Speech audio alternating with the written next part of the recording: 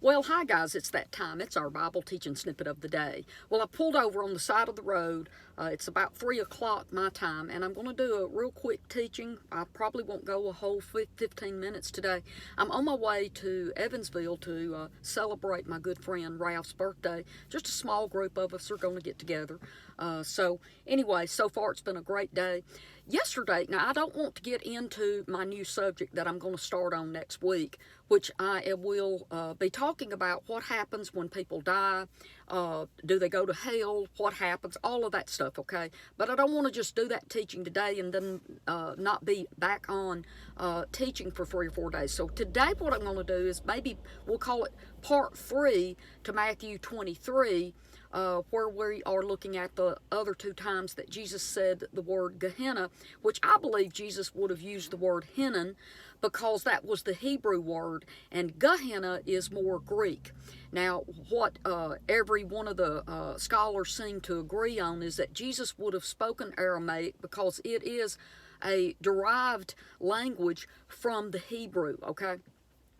Now, I do want to say this, okay? I don't really want to talk again today about Gehenna in these scriptures, okay?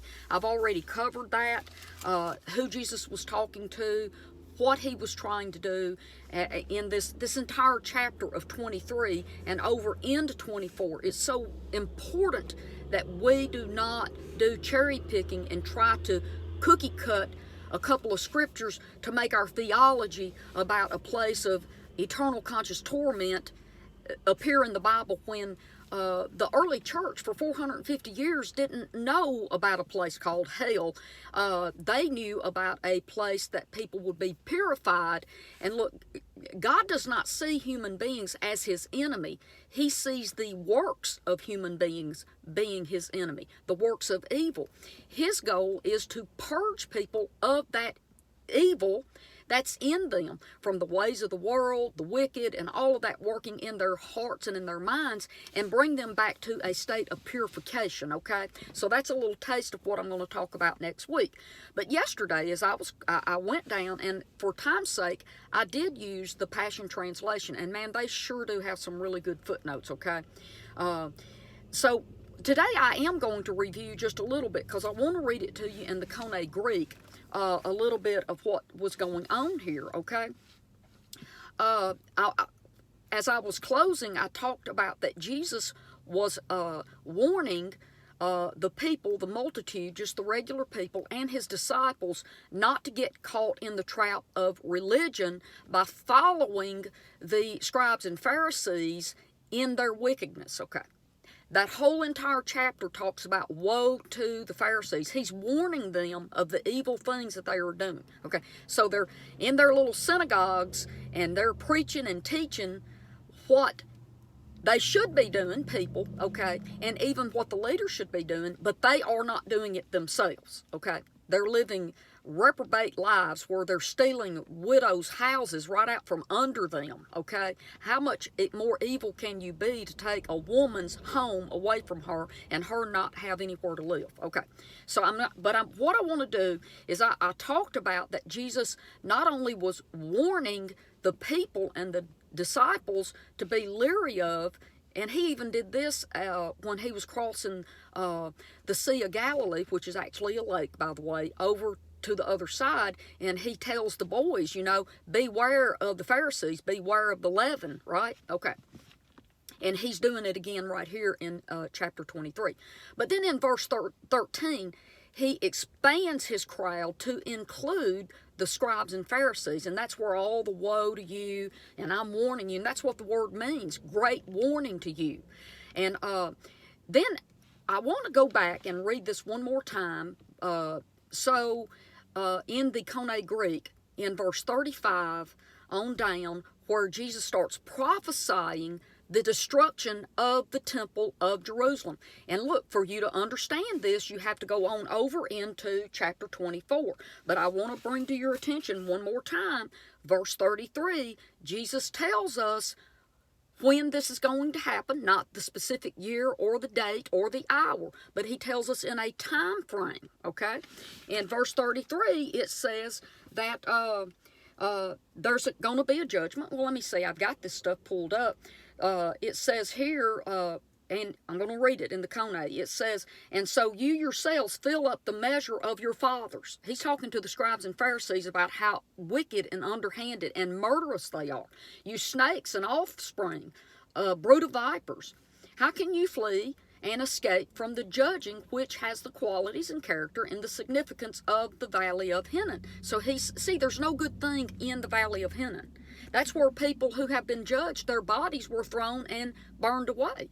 And I told you as I was getting off of our video yesterday, is that with the sack of Jerusalem, millions of people were burned. Their bodies were actually cast and burned in the fires of Hinnon, or the valley of Gehenna, okay? And it says here, I'm going to keep reading in verse 34. Because of this, look and consider. I myself am continuing in commissioning and sending off to you people and prophets, wise people and scholars, scribes. And he's saying that even though they have killed all of the people that have tried to teach them the true love and nature and the plan of God, and they've killed those people, and they're going to end up killing Jesus, because he's prophesying, right? But he's not going to stop. Now watch. He says that they're going to kill the people that Jesus will send out after himself. So that upon you, okay, here it goes. Let's see. I haven't got it. It says pursuing and persecuting them from city to city. Verse 35. So that upon you yourselves come all the just blood being continuously poured out upon the land. And he talks about the blood of Abel and Zechariah, and that they kept continuing murdering them from the temple to the altar. But he's telling the religious people, you're going to do just like your fathers. You're going to kill more people who are trying to teach you and show you God's truth. Okay, assuredly, I am now saying to you people, who are you people? The scribes and Pharisees. I am now saying to you people, it will progressively move toward this point and then arrive. All these things upon this generation. So we know when this is going to happen, within 40 years. Did you know a generation in the Jewish understanding is a 40-year period of time, right?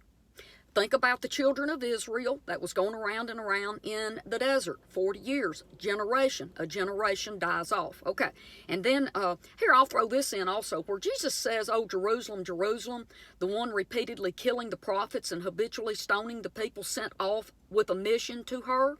How many times did I want to gather you, as a child, your children together upon myself, in the manner that a hen would normally gather her chicks?" I'm going to tell you something about that.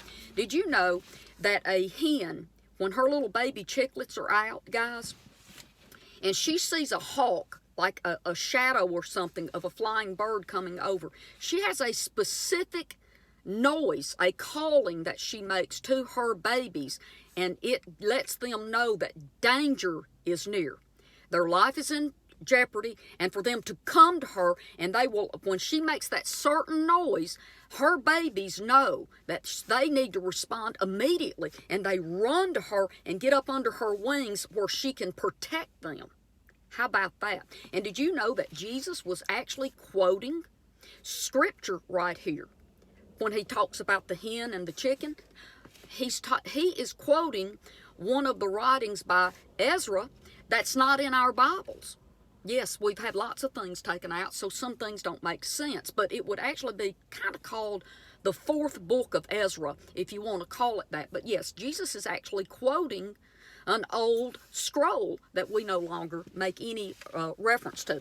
Now, what I want to do today, okay, is I want to go on over and I want to talk to you just a little bit about Matthew chapter 24. Remember, I told you we have to keep reading because Jesus is talking about the things that are going to happen. And this is how we know it's a prophecy. Watch this. I'm in my King James Bible.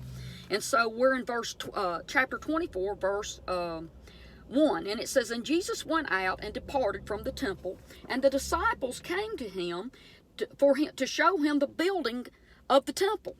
Okay? And Jesus said to them, "See, not all these things, verily, I say to you, There shall not be left here one stone upon another that shall not be thrown down. Did you know I've been to Jerusalem 3 times, okay? And all of the stones, you couldn't even tell that there was a temple ever there. There's a partial wall left of that temple. And it's amazing. Every time I go, I learn something new about the destruction of Jerusalem in 70 AD. And I'll tell you, there's a really good book out there called The Destruction of Jerusalem. Fantastic book. And it helps us understand and clarify what really did happen. And so many prophecies, irrefutably, were actually fulfilled if you read the accounts of what happened. But here's what I want to do. Jesus in verse 3, he says, "And Jesus sat upon the Mount of Olives, and the disciples came to him privately, saying, Tell us when these things shall be, and what sign of your coming and of the end of the world." Now that's in the King James, okay? So we know that the boys understood that Jesus was prophesying some devastating things that's going to happen, right? Okay. Now what I want to do now is I want to read it to you in the Koine Greek, okay? And I'm going to just start right here. And it says in verse 1, "Later, upon coming out of the temple courts, Jesus was proceeding on his way, and then his disciples approached him to additionally point out and show to him the buildings of the temple complex. Yet Jesus, giving a decided response, says to them, 'You are not looking at these things, are you? Do you not observe this, all of this? Question mark. Truly, assuredly, I am saying to you, there under no circumstances will be a stone left or allowed to be upon another stone, which will not be progressively loosened down and bring utter destruction.'" Verse 3. "Now later, during his continued to sitting on the mount, the disciples approached him and asked him, and he says, in turn, 'Tell us when these things will proceed to being, and what is the sign pertaining to your presence, as well as the combination of parts to the end of the age?'" Now, this is where this teaching is going. Did you know your King James Bible uses the word world right there? And that is a sorely poor translation here, because it says the end of the world. Did you know most of the Christian church think that God is the destroyer and he is going to destroy this earth? Because right here it is, it's in my Bible. Did you know the word world is wrong? The word right there is number 165, Aeon. It's the same word that has been mistranslated as forever. Okay, so let's see if that'll fit. Okay, and the end of the forever. See, that don't even make sense. So what are we doing? Using the word world mixed in with the word Aeon, meaning an age. And I'm going to tell you about what the word, the word right here, Aeon, means properly an age. I'm reading it straight off, guys. Properly an age. An age, and it says here, a period of time. Okay. So when will this period of time and this age end? When is the end of this age? That's what they were asking Jesus. Now, I want to show you another thing. Did you know in John 3:16,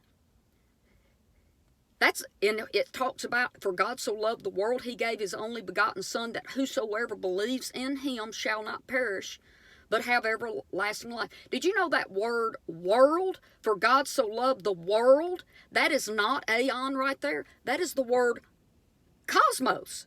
Okay. Well, let's go back to Matthew 24. It doesn't say, when will the end of the created cosmos happen? Because the word cosmos right here means, watch this, the order of the creation, the world, the universe, the earth. See, so Jesus wasn't saying the earth was going to be destroyed. No, he was saying, they weren't asking Jesus, I should clarify that. They weren't asking Jesus when the world was going to end. They were asking Jesus when the age of time that he was talking about in chapter 23 and the beginning of 24, when this time period was going to happen, okay, and when all of that these events were happening. Now, I want to talk to you just a little bit, real quick, about this word Aeon, and the word Aeon. I have my notes. Let me see. I may have to do this on my next video because I've already ran into 15 minutes. But I'm going to keep going, guys. I hope you love me through this. The world in Matthew 24 is number 165, Aeon. And it's used 128 times.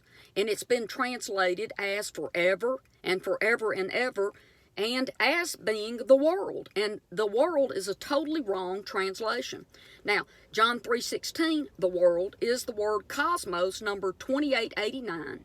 And that actually means the order of things, the world system, or the entire earth, okay? Well, listen, I'm going to sign off. And before I do, I want to tell you this. I love you, and you hang in here with me because I'm going to mine out some things to help you understand that sometimes what we've been taught is not 100% accurate. Although the people teaching it are sincere, they still can be wrong, guys, okay? Well, listen, I got to run. I got to go have dinner with some beautiful people tonight. I love you, and I will see you here next week. Bye-bye.